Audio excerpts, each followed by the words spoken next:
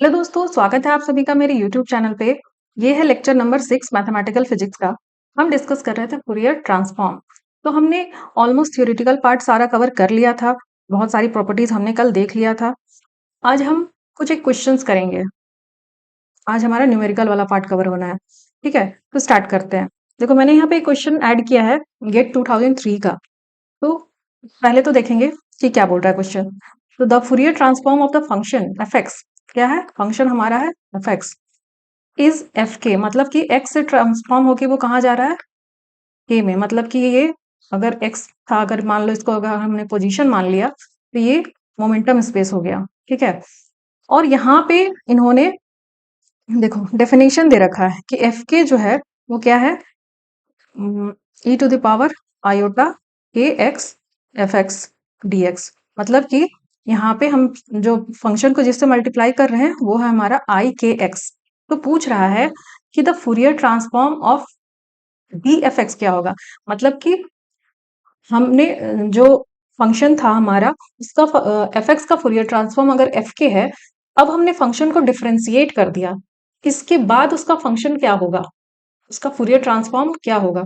तो कल हमने प्रॉपर्टीज देखा था इसका कि फंक्शन है उसको हमने अ, अगर डिफरेंशिएट कर दिया तो उसमें क्या चेंजेस आते हैं। तो प्रॉपर्टी का ही क्वेश्चन है ये। ठीक है, लेकिन यहाँ देखो जो डेफिनेशन जो यूज किया है, हम जो कल डेफिनेशन पढ़ रहे थे उसमें हमने डेफिनेशन 1 यूज किया था। और उसमें क्या था हमारा डेफिनेशन में कि हम फंक्शन को मल्टीप्लाई करते हैं E to the power minus I omega T से। यहाँ हमारा फंक्शन था टाइम का, और हम किस में जा रहे थे, फंक्शन टाइम से हम जा रहे थे फ्रीक्वेंसी में। ठीक है, हमें जी ओमेगा मिल रहा था। बट यहाँ क्या है, हमारा फंक्शन एक्स है, और हम जब ट्रांसफॉर्म कर रहे हैं तो वो हमारा मोमेंटम स्पेस के में जा रहा है। तो ये चीज मैटर नहीं कर रहा है कि एक्स से के में जा रहे हैं कि टी से ओमेगा में जा रहे हैं। मेन थिंग जो मैटर कर रही है वो यहाँ पे ये है कि यहाँ पे माइनस साइन लगा है कि प्लस साइन लगा है। तो हमारा हमने जो जो डिस्कस किया था सब में हमने डेफिनेशन 1 यूज किया था और सब में माइनस का साइन लगा हुआ था। यहाँ पे जो दिया गया है क्वेश्चन, यहाँ पे देखो आयोटा के साथ प्लस है, तो हमारा रिजल्ट भी चेंज हो जाएगा। तो सबसे पहले वो वाली प्रॉपर्टी देख लेते हैं हम कि हमने क्या डिस्कस किया था। ये कौन सी वाली प्रॉपर्टी थी, तो देखो यहाँ पे था, हाँ, प्रॉपर्टी नंबर 5, ये वाला। देखो, पहले फंक्शन एफ टी था और फिर हमें जी ओमेगा मिला। अब हमने फंक्शन को क्या हुआ, एक बार डिफरेंशिएट कर दिया, यहाँ 1 है। ठीक है, 1 टाइम्स डिफरेंशिएट किया तो हमें फंक्शन क्या मिला, जी ओमेगा तो मिल ही रहा था, उसके साथ आई ओमेगा मल्टीप्लाई हो गया था।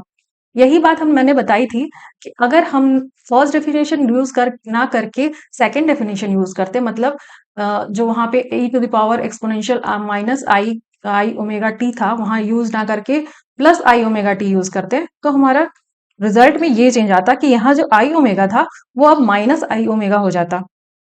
तो रिजल्ट में हमारा ये चेंज होता था, मतलब कि ओवरऑल हमें आई ओमेगा से मल्टीप्लाई करना है, और आई का साइन प्लस होगा या माइनस होगा ये डिपेंड करेगा हमने कौन सा डेफिनेशन चूज किया है।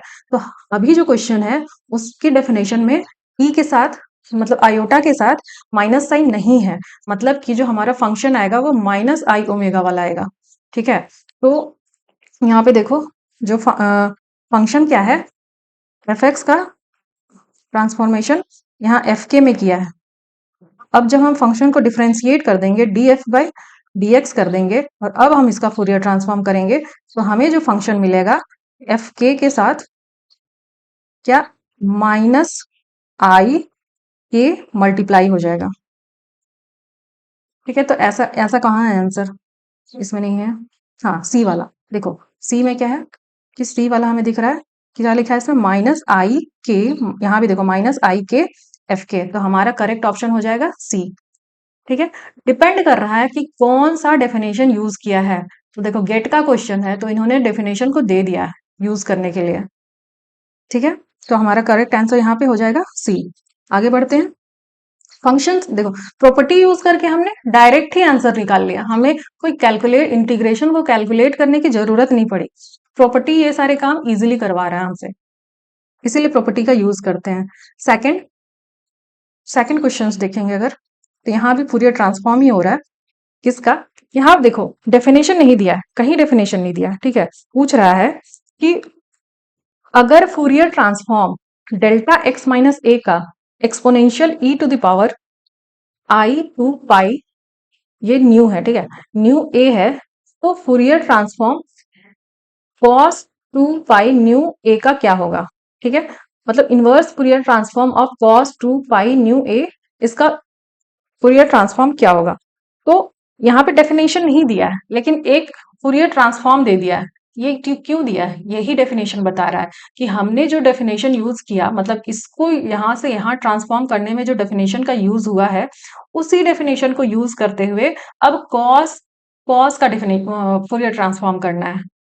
अब क्या होगा, तो हमने क्या पढ़ा था कि देखो डेल्टा एक्स माइनस ए का जब हम फूरियर ट्रांसफॉर्म कर रहे थे तो हमें क्या मिल रहा था, हमने जो पढ़ा था उसके according E to the power minus आई,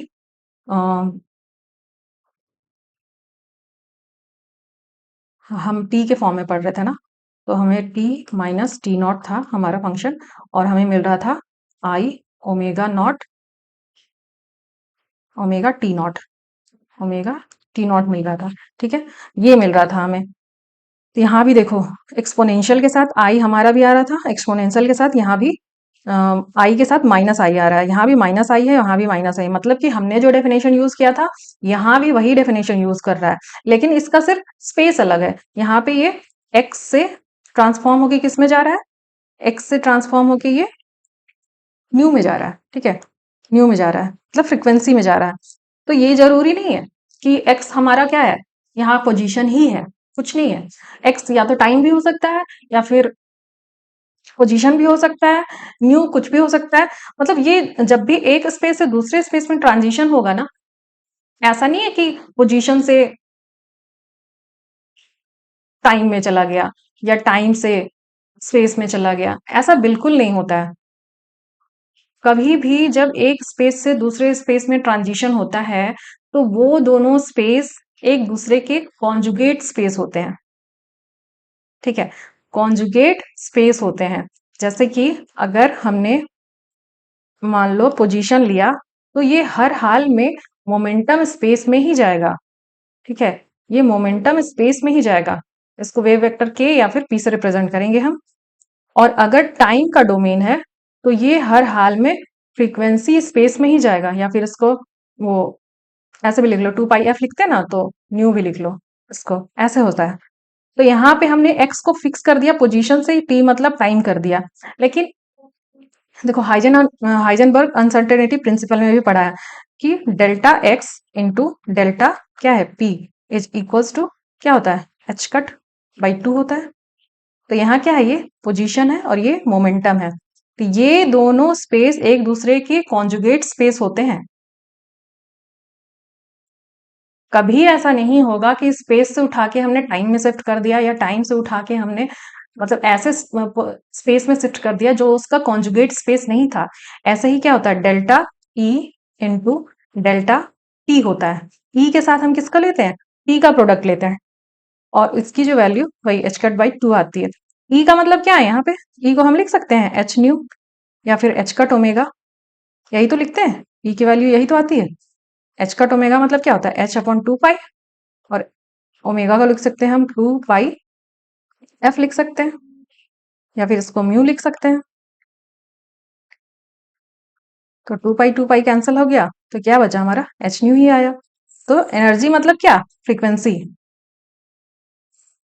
तो फ्रीक्वेंसी स्पेस और टाइम स्पेस एक दूसरे के कॉन्जुगेट स्पेस है, ठीक है, यहां तक आ गया समझ। तो यहाँ एक्स लिखा है, इसका मतलब ये नहीं कि ये पोजीशन ही है, या फिर यहाँ पे मतलब इसने कहीं कुछ नहीं बोला है। तो हमेशा अपने दिमाग में ऐसे ही कंसिडर करना है कि जब भी ट्रांजिशन होगा एक स्पेस से दूसरे स्पेस में, तो वो एक दूसरे का कॉन्जुगेट स्पेस ही होगा। तो हमने जब फूरियर ट्रांसफॉर्म किया था कल, किसका, डेल्टा एक्स का, तो हमें वैल्यू मिल रही थी E to the power minus, देखो delta T minus T nought का कर रहे थे, तो हमें मिल रही थी E to the power minus I omega nought omega T nought omega nought. हे भगवान। हम्म।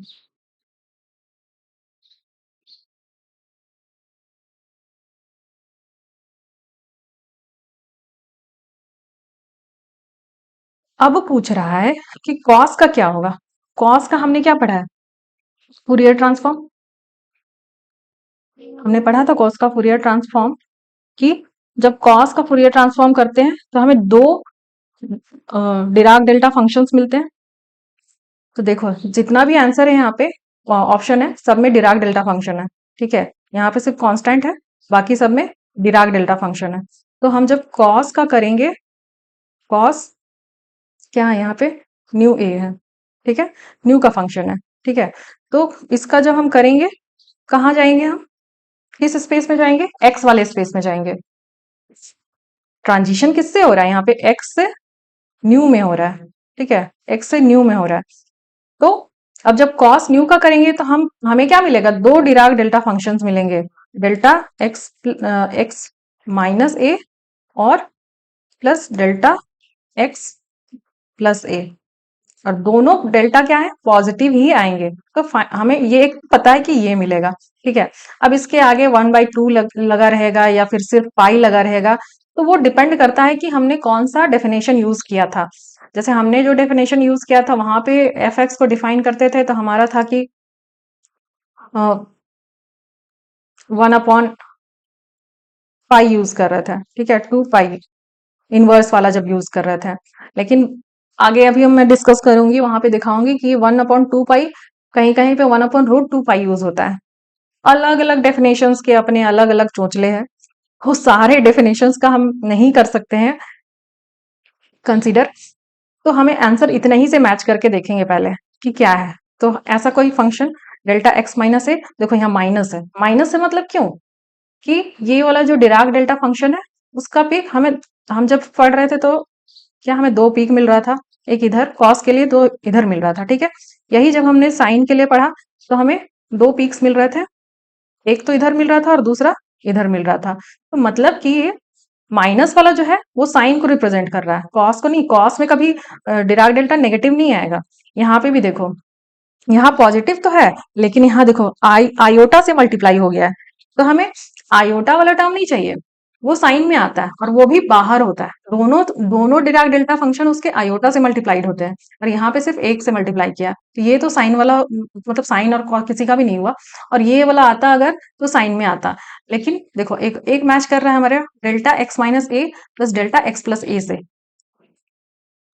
यहाँ भी हमारा फाइनल आंसर में क्या आया, डेल्टा एक्स माइनस ए और डेल्टा एक्स प्लस ए। और 1/2 डिपेंड करता है हमने कैसा कांस्टेंट लिया था डेफिनेशन में। तो यहाँ पे आंसर हमारा कौन सा हो जाएगा, सी वाला हमारा करेक्ट, सॉरी डी वाला हमारा करेक्ट आंसर हो जाएगा कि Fourier inverse Fourier transform of cos 2 pi omega, 2 pi mu का हम ओमेगा भी लिख सकते हैं, तो 2 कॉस ओमेगा ए का क्या होगा, तो ये आंसर डी हो जाएगा इसका। अब हम आगे बढ़ते हैं, यहाँ देखते हैं हम कि which of the following is not correct about Fourier transform. पूछ रहा है, चार ऑप्शंस है, इनमें से पूछ रहा है कि कौन सा ऑप्शन करेक्ट नहीं है। ठीक है, तो ये देखो सारे क्या है, प्रॉपर्टी ही है, कुछ करना नहीं है इसमें, सिर्फ बोल रहा है कि कौन सा प्रॉपर्टी गलत है। तो देखो यहाँ पे ट्रांजिशन किसमें हो रहा है, हमारा पहले था फंक्शन एक्स का और ट्रांसफॉर्म होके किसमें जा रहा है, देखो फंक्शन ऑफ एस बन रहा है यहाँ पे। ठीक है, हमने अब हम जो पढ़ रहे थे अभी तक टी से ओमेगा में जा रहे थे या फिर एक्स से के में जा रहे थे, यहाँ पे एक्स से एस में जा रहे हैं। ना तो ये बता रखा है कि एक्स क्या है, ना ये बता रखा है कि एस क्या है। तो हम इन जनरल एक टर्म पढ़ेंगे कि जब एक्स से एस में ट्रांजिशन होता है, तो ऐसे मैंने ये वाला जो क्वेश्चन है ना, ये कहाँ का क्वेश्चन है, ये एमपी सेट का क्वेश्चन है ये। ठीक है, वहां से मैंने लिया है ये क्वेश्चन। और बाकी भी जितने भी क्वेश्चंस देखे उन सब में एक्स और एस वाला ही फ्रेम यूज किया है, स्पेस यूज किया है, एक्स से एस में, एक्स से एस में। तो मुझे लगा कि एक बार मैं इसको डिस्कस कर दूं। तो ऐसे बहुत सारे डिफरेंट डिफरेंट बुक्स हैं जिसमें डिफरेंट डिफरेंट डेफिनेशंस हैं, लेकिन एस चांद की जो बुक है, एस चांद की जो बुक है, एच के दास की जो बुक है, उसमें एक डेफिनेशन को यूज करके और पूरा मतलब जितना भी सारा काम है वो उसी से किया गया है। तो मुझे लगा उसकी डेफिनेशन को एक बार डिस्कस कर लूं। ठीक है, तो सारी चीजें वही है, बार बार करना पड़ता है, इसलिए मैंने पहले ही लिख रखा है सो दैट टाइम थोड़ा सेव हो जाए।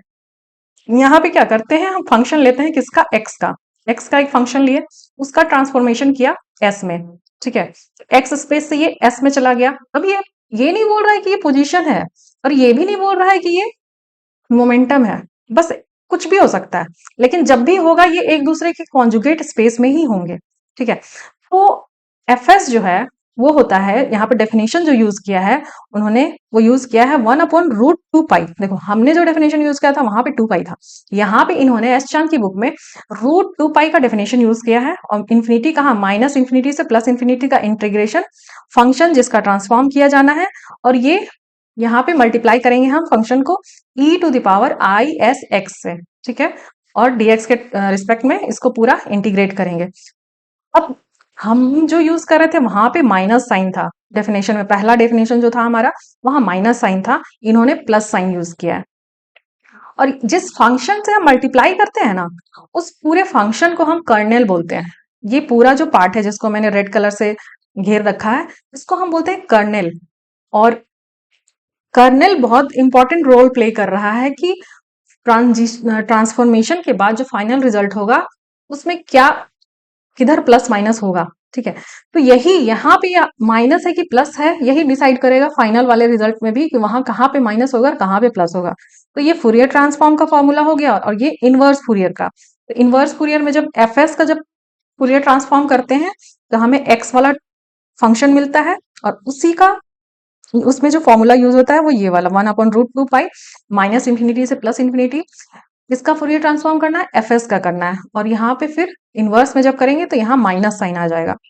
ठीक है, तो जब ऐसा वाला फंक्शन हम लेंगे, ऐसा वाला डेफिनेशन, तो फिर क्या क्या चेंजेस आएंगे प्रॉपर्टीज में, उनको भी मैंने लिस्ट अप कर दिया है ताकि आपको कंफ्यूजन ना रहे। तो फिर से मैंने दोबारा से लिख दिया, कल तो लिखा ही था, अभी वापस से लिख दिया, पहले से लिख दिया ताकि टाइम ना लगे ज्यादा, क्योंकि एक बार तो मैं डिस्कस कर चुकी हूँ। तो यहाँ देखो, फंक्शन का एफ एक्स से हम ट्रांजिशन फोरियर ट्रांसफॉर्म कर रहे हैं किसमें, एफ एस में।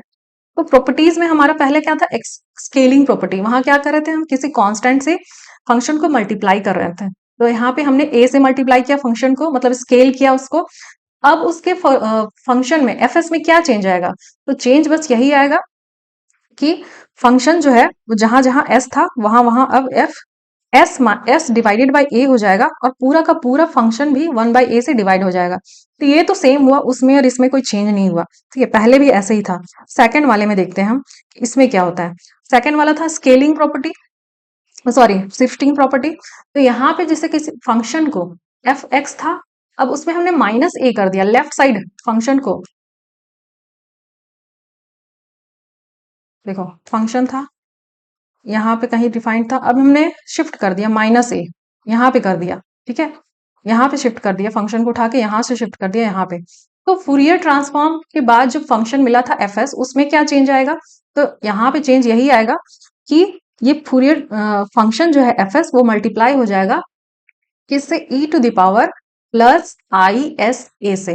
देखो ध्यान से देखो, जब हमने नेगेटिव किया, तो यहाँ पॉजिटिव आया साइन, आयोटा के साथ पॉजिटिव साइन आया। और जब हम पॉजिटिव ले रहे हैं x+a करेंगे तो हमारा यहाँ -i⁻sa आएगा। This is the difference. ये चेंज आता है डेफिनेशन चेंज करने से।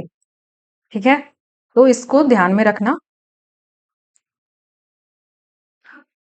ऐसे ही अगर फंक्शन एफ एक्स को हमने i⁻sa से मल्टीप्लाई कर दिया, तो s वाला जो फंक्शन था उसमें क्या शिफ्ट होगा, उसमें s+a आ जाएगा। मतलब जो एफ एस था पहले, अब वो एफ एस ना रह के एफ s+a हो जाएगा। ये फंक्शन में चेंज आ जाएगा। ठीक है, उसके आगे की प्रॉपर्टी हमने मॉड्यूलेशन वाली प्रॉपर्टी करी थी। उसमें हम क्या करते थे, फंक्शन को कॉस से मल्टीप्लाई करते थे, मॉड्यूलेट करते थे। यहाँ पे हमने कॉस ए एक्स से मल्टीप्लाई किया। किससे, कॉस ए एक्स से मल्टीप्लाई किया। तो उसमें जो चेंज आया फंक्शन में, एफ एस में जो चेंज आया, अब ये था कि दो फंक्शंस आ गए, एफ एस+a आ गया और माइनस एफ एस माइनस ए आ गया और साथ में 1/2 भी आ गया। ठीक है, ऐसे ही जब फंक्शन, फोर्थ प्रॉपर्टी है कि फंक्शन को अब हमने एक्स एन से मल्टीप्लाई कर दिया, एक्स की पावर एन से मल्टीप्लाई किया, तो वहां भी क्या होता था हमारा, एन टाइम डिफरेंशिएशन हो जाता था किसका, एफएस का, एफएस का एन टाइम डिफरेंशिएशन हो जाता था और साथ में आई की पावर एन। ठीक है, तो यहां माइनस आई की पावर एन हो जाएगा, मतलब जहां जहां माइनस आयोटा टर्म आया है, जहां जहां आयोटा टर्म आया था पहले वाले केस में, पहले वाले डेफिनेशन से जब हम पढ़ रहे थे, वहां वहां माइनस साइन से वो रिप्लेस हो जाएगा, जहां जहां प्लस आई था वहां वहां माइनस आई हो जाएगा। ऐसा ही फिफ्थ प्रॉपर्टी हम देखेंगे कि फंक्शन को अब की बार हमने एक बार डिफरेंशिएट किया और फिर उसका फोरियर ट्रांसफॉर्म किया, तो हमें क्या मिला, पहले एक बार डिफरेंशिएट किया और अब उसका फोरियर ट्रांसफॉर्म किया, तो वहां आई ओमेगा मिलता था, क्यों, हम टाइम से ओमेगा में जा रहे थे फ्रीक्वेंसी में, यहां हम फंक्शन को एक्स से एस में ले जा रहे हैं, तो हमें minus I S times F S मिलेगा, मतलब ये पूरा टर्म माइनस आई एस से मल्टीप्लाई हो जाएगा। जब एक बार डिफरेंशिएशन किया था तो एक बार इसमें आई एस मल्टीप्लाई हुआ माइनस आई एस, और यही जब अगर हम एन टाइम्स डिफरेंशिएशन कर देंगे तो फंक्शन आई की पावर आई एस की पावर माइनस आई एस की पावर एन से मल्टीप्लाई हो जाएगा। और जब फंक्शन को एक बार हम इंटीग्रेट करेंगे, सिक्स प्रॉपर्टी बता रहा है कि फंक्शन को हमने इंटीग्रेट कर दिया और फिर उसका फूरियर ट्रांसफॉर्म किया, तो फंक्शन में क्या चेंज आया, एफ एस जो है फंक्शन हमारा, एफ एस जो फंक्शन है हमारा, उसमें माइनस आई एस डिवाइड हो जाएगा। ठीक है, तो ये सारी प्रॉपर्टीज मैंने अगेन लिस्टिंग कर दी है। अब देख लेना कि किसमें पूछ रहा है, डेफिनेशन कहाँ कौन सा यूज करना है। तो जनरली जो स्टेट लेवल वाले एग्जाम्स हैं उनमें ऐसा ही ट्रांजिशन किया है, एक्स से एस में, एक्स से एस में गया है। ठीक है, तो इसीलिए मैंने एस चांद में जो था उसको एक बार पूरा अच्छे से डिस्कस कर दिया, सो दैट आपको कंफ्यूजन ना रहे। इसको कर्नेल बोलते हैं और ये कर्नेल ही सारा खेल खेल रहा है। ठीक है, कि हमने फंक्शन को किसके साथ मल्टीप्लाई किया और जब मल्टीप्लाई किया तो वहां कौन सा साइन यूज किया, प्लस का किया कि माइनस का किया, तो ये कर्नेल ही बहुत इंपॉर्टेंट है। इसलिए मैंने इसको यहाँ डिस्कस, पहले मैंने छोड़ दिया था कि इतना ज्यादा डीपली जाना नहीं है, लेकिन फिर देखा कि बहुत कंफ्यूजन क्रिएट कर रहा है, मैंने एक बार इसको भी डिस्कस कर लिया। अब करते हैं वो क्वेश्चन, कहाँ गया ये वाला, देखो यहाँ ट्रांजिशन किस में हो रहा है, एक्स से एस, एस में हो रहा है। ठीक है, एस से एक्स से एस में हो रहा है, तो ट्रांजिशन हमारा एक्स से एस में जा रहा है। अब यहाँ पे देखो चारों ऑप्शंस जो है वो क्या बता रहा है, प्रॉपर्टी ही बता रहा है, चारों के चारों ऑप्शंस हमें प्रॉपर्टी ही बता रहा है। तो हमने अभी प्रॉपर्टी में देखा कि जब x में एस ए माइनस करते हैं तो हमें क्या मिलता है, E to the power I S A, minus था तो यहाँ प्लस मिल रहा था, तो ये तो प्रॉपर्टी सही हो गई। ठीक है, अब e to the power I A X है, जब फंक्शन को हमने e to the power I A X से मल्टीप्लाई किया और फिर उसका फोरियर ट्रांसफॉर्म किया, तो उसके फंक्शन में जो s का फंक्शन था उसमें शिफ्टिंग हो जाती है प्लस a के साथ, तो ये भी प्रॉपर्टी सही हो गई। उसके बाद तीसरा प्रॉपर्टी देखते हैं कि उसमें फंक्शन को हमने इंटीग्रेट किया और अब उसका फूरियर ट्रांसफॉर्म किया, तो हमें क्या मिला, F S divided by minus I S. ठीक है, तो ये भी प्रॉपर्टी सही हो गई, अभी जस्ट डील किया हमने। उसके बाद थर्ड फंक्शन जो है, थर्ड फॉर्मूला जो है उसमें क्या बोल रहा है प्रॉपर्टी में कि x की पावर n है, उससे मल्टीप्लाई कर दिया फंक्शन को और अब उसका हमने इंटीग्रेट फूरियर ट्रांसफॉर्म किया, तो हमें क्या मिल रहा था, हमें मिलना क्या चाहिए था, देखो माइनस आई की पावर n मिलना चाहिए था और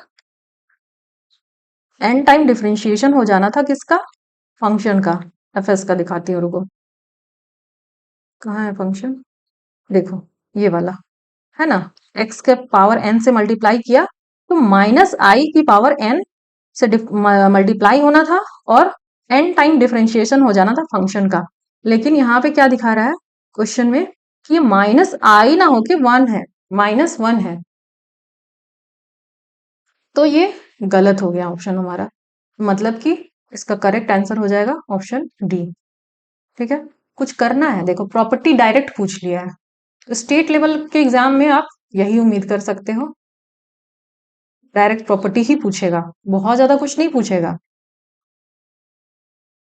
कि आप बैठ के सॉल्व करते रहो, ऐसा कुछ नहीं पूछना है, पेन ही नहीं चलाना है इसमें, प्रॉपर्टीज याद है तो सीधा टिक कर देना है। ऊपर ऊपर देखो गेट के क्वेश्चंस डाले थे मैंने, इनमें भी मतलब इनका तो थोड़ा पहले पता करना था कि कौन सा प्रॉपर्टी यूज किया है गेट के क्वेश्चन में, बट देखो इसका स्टैंडर्ड देखो, इन्होंने दे दिया कि हमने ये वाली यूज करनी है डेफिनेशन, इन्होंने दे दिया कि ये डेफिनेशन यूज करना है, इसमें सेकंड वाले क्वेश्चन में भी दे दिया कि डेफिनेशन यूज करके अगर एक का ट्रांसफॉर्मेशन ऐसा होता है तो दूसरे का ट्रांसफॉर्मेशन कैसा होगा, ठीक है। तो दोनों में डेफिनेशन ऑलमोस्ट मतलब दोनों में डेफिनेशन यूज कर लिया, यहाँ सिर्फ मुंह उठा के पूछ दिया कि एक्स का एक्स से एस स्पेस में जाने के लिए कौन सा प्रॉपर्टी सही है या कौन सा प्रॉपर्टी गलत है। ऐसा होना नहीं चाहिए, अगर इस टाइप के क्वेश्चंस गेट वगैरह में डालने लगे ना, कोई भी उठ के फटाक से पहले तो चैलेंज करेगा कि भाई आपने जो डेफिनेशन यूज किया जरूरी तो नहीं कि मैं भी वही डेफिनेशन यूज करूं, क्योंकि सारे वैलिड है।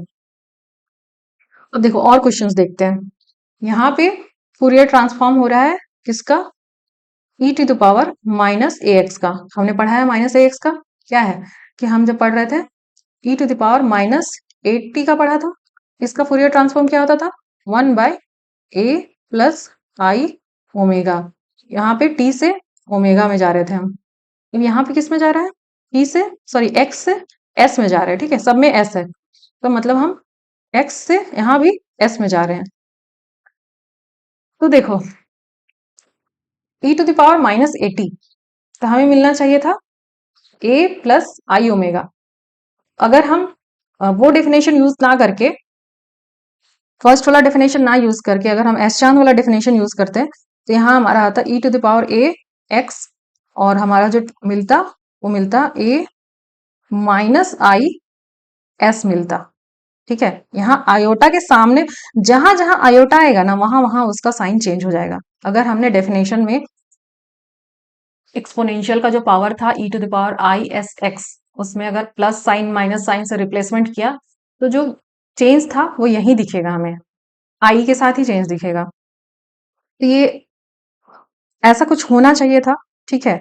लेकिन यहाँ पे वो डेफिनेशन ना यूज करके, देखो कहीं भी आई के साथ माइनस साइन नहीं है, ठीक है, कहीं भी आई के साथ माइनस साइन नहीं है, तो मतलब कि हमने वो डेफिनेशन नहीं यूज किया, बल्कि फर्स्ट वाला ही डेफिनेशन यूज किया है।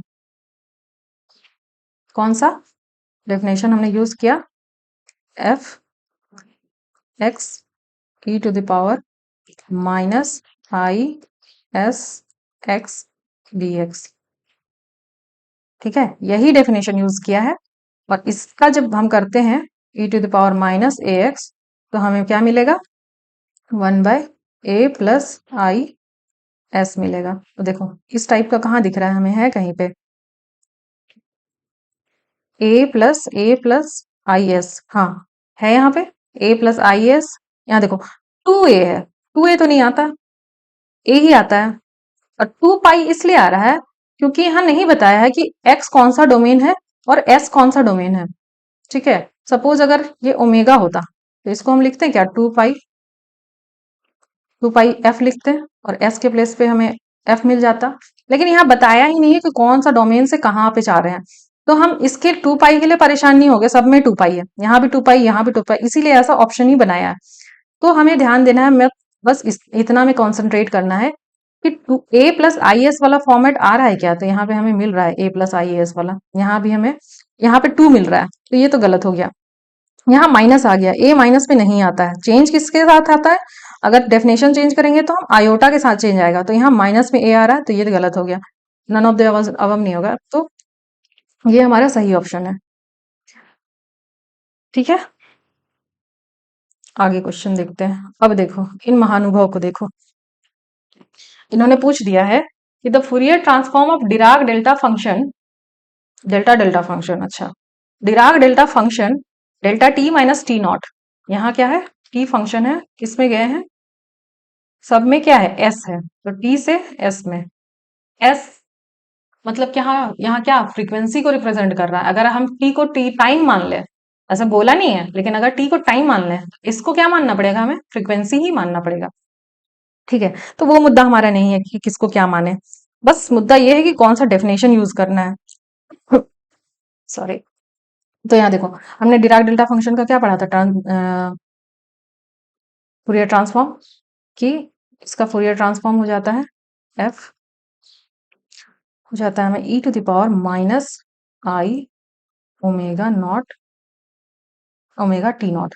ठीक है, ओमेगा टी नॉट मिलता है हमें। ओ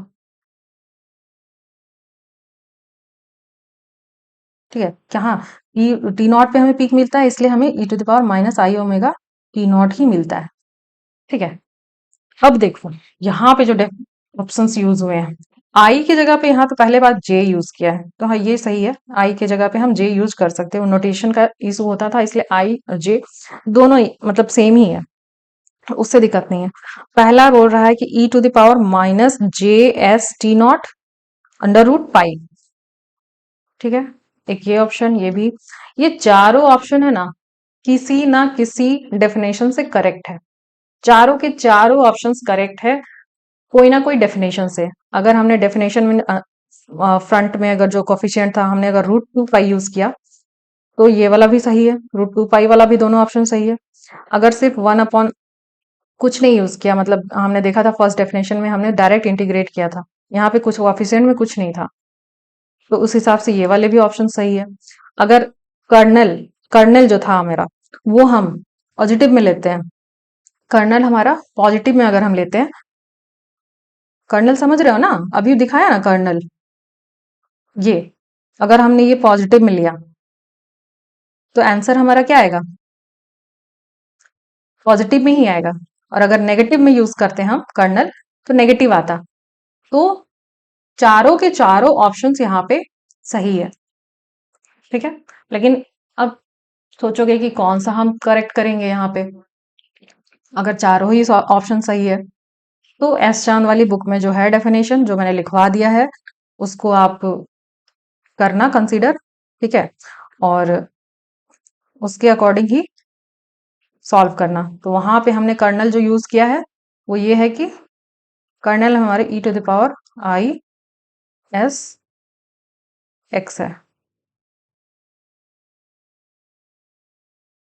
यहाँ पे हमने टी यूज करना है। ठीक है, आई एस को देखो, तो हमारा आंसर यहाँ पे क्या हो जाएगा, कौन सा वाला हो जाएगा, सेकंड वाला हो जाएगा। ठीक है, एस चांद वाली डेफिनेशन से बता रही हूँ, ऐसे तो चारों है ऑप्शन सही, लेकिन एस चांद वाले डेफिनेशन से ये वाला ऑप्शन सही होगा। और ज्यादातर वही एफ और एस के बीच, मतलब एस एक्स और एस के बीच में ही पूछ रखा है, तो कंफ्यूजिंग तो है ये टॉपिक, मतलब डिफरेंट डेफिनेशंस होने की वजह से। और स्टेट लेवल में ऐसे डायरेक्ट उठा के पूछ देते हैं कि कौन सा ये है। देखो ये डीयू का क्वेश्चन था, ठीक है, ये डीयू का क्वेश्चन था, ये वाला एमपी का था शायद, एमपी सेट का था, ये क्वेश्चन एमपी सेट का था। ये एक और क्वेश्चन देखो, फूरियर सीरीज जब करा रही थी वहां पे बोला था कि अगर इस पे कोई क्वेश्चंस मिलेगा तो मैं डाल दूंगी, तो मुझे इन क्वेश्चंस को देखते वक्त मिला ये क्वेश्चन। तो देखो यहाँ क्या क्वेश्चन पूछा है, Fourier series is useful in expanding. Fourier series में हम क्या कर रहे थे, एक्सपेंशन कर रहे थे, कैसे फंक्शन का, पीरियोडिक फंक्शन का। कैसे पीरियोडिक फंक्शन का, नॉन साइनोसॉइडल पीरियोडिक फंक्शन का एक्सपेंशन कर रहे थे, किसमें, साइनोसॉइडल पीरियोडिक फंक्शन में। तो यहाँ ऑप्शन दिया है कि एक्सपेंशन करते हैं किसका, linear function, harmonic function, periodic function और नन ऑफ दिस। तो आंसर हमें मिल गया यहाँ पे, हमारे क्या है, पीरियोडिक फंक्शन, पीरियोडिक फंक्शन का ही हम फूरियर एक्सपेंशन करते हैं। तो कुछ सॉल्व करना पड़ा इसमें, कुछ नहीं करना पड़ा, इसमें भी कुछ सॉल्व करना पड़ा, कुछ नहीं, जस्ट डिराक डेल्टा फंक्शन का क्या होता है फूरियर ट्रांसफॉर्म, वो टिक करके आ जाना है। फिर इसके ऊपर भी E to the power minus A X का क्या होता है फूरियर ट्रांसफॉर्म, वो टिक करके आ जाना है कि ए माइनस आई ओमेगा या ए प्लस आई ओमेगा डेफिनेशन के अकॉर्डिंग हो जाता है। ठीक है, तो स्टेट लेवल वाले क्वेश्चंस मैंने बोला था कि उसको कैलकुलेट करने की जरूरत नहीं पड़ती, यहाँ भी देखो डायरेक्ट फॉर्मूला है, डायरेक्ट प्रॉपर्टीज है, इसमें भी कहीं नहीं है कुछ कैलकुलेट करना है हमें। तो ये सारे ऐसे ही होते हैं क्वेश्चंस, ऐसे ही आते हैं बहुत ज्यादा इसमें। अब मैं कहूंगी कि 15-20 क्वेश्चंस लगाते रहो, कोई फायदा नहीं है। थ्योरी पढ़ लो, थ्योरी वाला पार्ट ही, प्रॉपर्टीज याद कर लो, अच्छे से याद कर लो, कहाँ आई के साथ साइन वन चेंज हो रहा है, वो सारी चीजें याद कर लो। इतना ही इंपॉर्टेंट है इसमें, ठीक है, और ज्यादा इसमें कुछ है नहीं। तो आज के लिए इतना ही रखते हैं, और इस ये वाला फूरियर ट्रांसफॉर्म का चैप्टर हमारा यहाँ पे खत्म हुआ, ठीक है। बाकी इसमें कभी अगर हुआ ऐसा टाइम बना या आप लोगों की डिमांड ऐसी हुई, तो मैं और क्वेश्चंस करवाने की कोशिश करूंगी, बाकी जरूरत नहीं है, ठीक है। तो आज के लिए इतना ही रखते हैं, बाकी मिलते हैं नेक्स्ट वीडियो में। और और कुछ नहीं। Thank you.